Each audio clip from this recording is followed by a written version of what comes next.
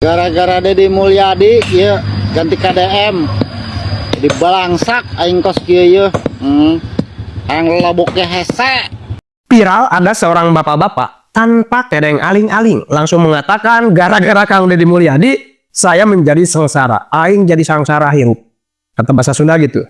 Saya lihat di komentarnya itu udah 5.000 komentar ya. Dan kebanyakan yang komentar malah mendoakan si bapak ini supaya sengsara selamanya.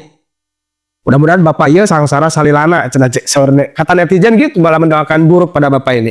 Saya juga gak habis pikir. Ini tanpa ada kronologi yang jelas langsung bapak ini mengatakan KDM itu membuat hidupnya sengsara. Kan gitu.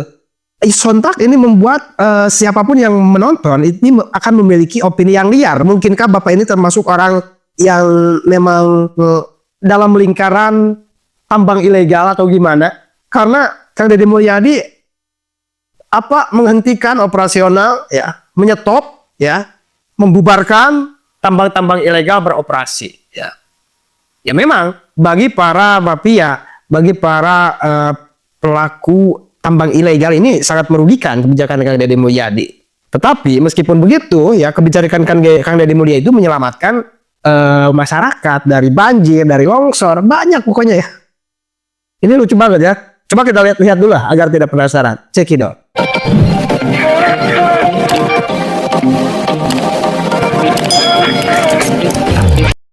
Gara-gara Deddy Mulyadi ya ganti KDM jadi balangsak aing kos kieu ye. Ang loboknya hese. Ampun lah. Aduhung aing milih Deddy Mulyadi ngedon ngabalangsakeun. Geus 3 bulan ya aing teu usaha-usaha. Uyuhan mangih nyatu ge. Gara-gara Deddy Mulyadi ye. Ramjadah. Kebijakan-kebijakan naon? Anu kata langsa mah kata langsa. Anu tersangkut paut dibere duit, dibere kebijakan. Ampun lah. Mantake ulah ngajedog di dinya bae jeuleu. Kadieu kaungal imah kusia Deddy Mulyadi. Yang buntung dikelola kita, yang untung dikasih orang dan kemudiannya dihutang negara. Saya nggak tahu belajar ilmu ekonominya di mana. Saya coret sekarang. Kamu bodohnya luar biasa. Kan Bapak harus saya ngomong jujur. BUMN-nya yang berproblem. Kalian tersinggung nggak sih dikritik seperti ini? Sebenarnya sih nggak ada masalah. Saya lebih baik dipimpin oleh orang bodoh tapi mengerti daripada orang pintar tapi tolol. Banyak BUMD yang namanya ada tapi aktivitasnya tiada, Pak. Sehebat apapun kita memiliki konsep tentang sebuah negara, pada akhirnya satu yang dilupakan di negeri ini adalah otak tidak cukup kalau tidak punya hati. BUMN apakah gerangan yang menjadi beban? Yang jadi beban bagi Jawa Barat itu yang BUMN pinjam duit belum bayar. Ada saya sebutin, ada di HP saya ada. Saya sebutin itu beban, Pak.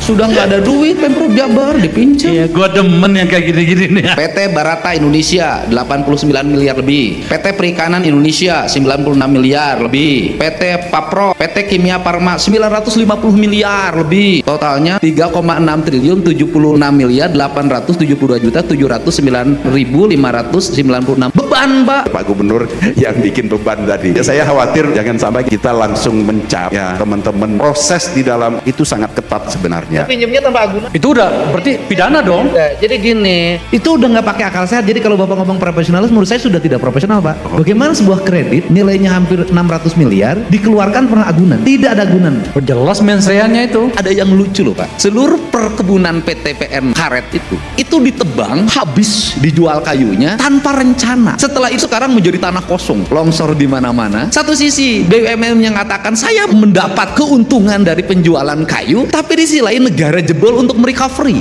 Kan Bapak harus saya ngomong jujur. Orang yang ngurus teh itu bukan ahli teh saya lihat. Karena BUMN tuh dari sini pindah ke sini, hawanya beda. Orang setiap hari ngurus pabrik semen, kemudian jadi direktur PT teh. Kan kebayang itu panas, Pak. Itu teh begitu ditanam mati semuanya karena hawa semen masih di mana-mana. Setelah itu Badung banjir, longsor lagi, recovery-nya lagi ratusan miliar lagi dari belanja negara ini untuk kemakmuran rakyat negara gitu kan. Walaupun ada dua, ada negara nyata dan negara institut gitu loh. Pemda Jawa Barat hampir 5 tahun memiliki kelucuan. Ini saya kasih tahu, Pak, biar terbuka saudara Jawa Barat. Ada satu BUMD di Jawa Barat menyewakan mobil listrik ke Pemda Jabar. Satu mobil listriknya 350 juta dalam setiap tahun. setahun menghabiskan 11 miliar lebih. Saya coret sekarang. Kamu bodohnya luar biasa. Tetapi BUMD-nya sampai sekarang nggak ada duit. Karena uang pendapatan yang 11 miliar itu dibikin lagi anak perusahaan baru untuk mengkamuflase agar uangnya lari. Saya tahu itu otaknya begitu. Di kabupaten kota lebih lucu lagi. Kontrak ini kelucuan, saya kasih tahu aja. Jakarta, pajak yang terkumpul di sana hampir 1.000 triliun lebih. Problem Indonesia itu apa sih, Pak? Keadilan, Pak. Ini problem. Jadi saya setuju kayak Bapak bikin kegiatan muter gitu, Pak. Duitnya dari Jakarta dibawa muter di sini, bukan duit di sini dibawa ke Jakarta, Pak. Jadi cocok, Pak. Ini mensrea ini. Nah, jadi itu udah jelas ya, di video tadi diperlihatkan seorang bapak yang marah-marah karena kebijakan Kang Deddy Mulyadi membuat hidup dia dan keluarganya itu sengsara. Orang beropini liar di dalam komentar, malah mendoakan semoga dia itu sengsara selamanya. Karena mengatakan KDM itu seolah-olah kejam gitu kan. Kemudian dalam video lainnya diperlihatkan bahwa Kang Deddy Mulyadi selama ini mengkritik para pejabat BUMN karena dianggap para pejabat BUMN ini bermain. Kenapa? Karena selalu saja memakai uang negara untuk menambah modal BUMN. Kan aneh. Seharusnya BUMN menjadi usaha negara. Kalau umpamanya di dalam sebuah pemerintah itu kosong saldo, BUMN seharusnya memberikan bantuan dari margin usahanya, dari margin usaha-usaha yang dibangunnya, bukan malah dengan adanya BUMN itu hanya sebagai penyerapan anggaran yang ada di pemerintah. Kan aneh. BUMN kan badan usaha gitu loh. Namanya juga kan badan usaha. Seharusnya dengan ada BUMN, ya, usaha negara jalan. Dari pajak ada, ya, itu di luar BUMN loh pajak.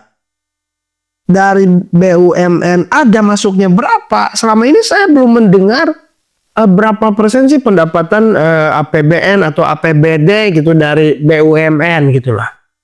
Selalu saya dengar BUMN itu merugi dalam laporannya, tetapi saya lihat para pejabat BUMN rumahnya itu agreng. Agreng tahu gak? Agreng itu mewah, mobil banyak. Kan aneh. Selalu saja mereka itu merugikan, ya. Laporannya rugi. Kalau laporannya rugi kan ya walau alam. Ini secara logika pasti akan ada margin bagi pejabat ya. Karena ya laporan rugi berarti uangnya sesuai laporan kan yang distorkan, sisanya mana? Gak kehitung di data. Bagaimana menurut kalian para netizen terkait bapak-bapak yang mengaku sengsara gara-gara kebijakan KDM, dan bagaimana menurut kalian terkait KDM mengkritik para pejabat BUMN tadi? Silahkan. Terima kasih sudah menonton. Jangan lupa like, subscribe, dan tekan tombol lonceng. Bye bye.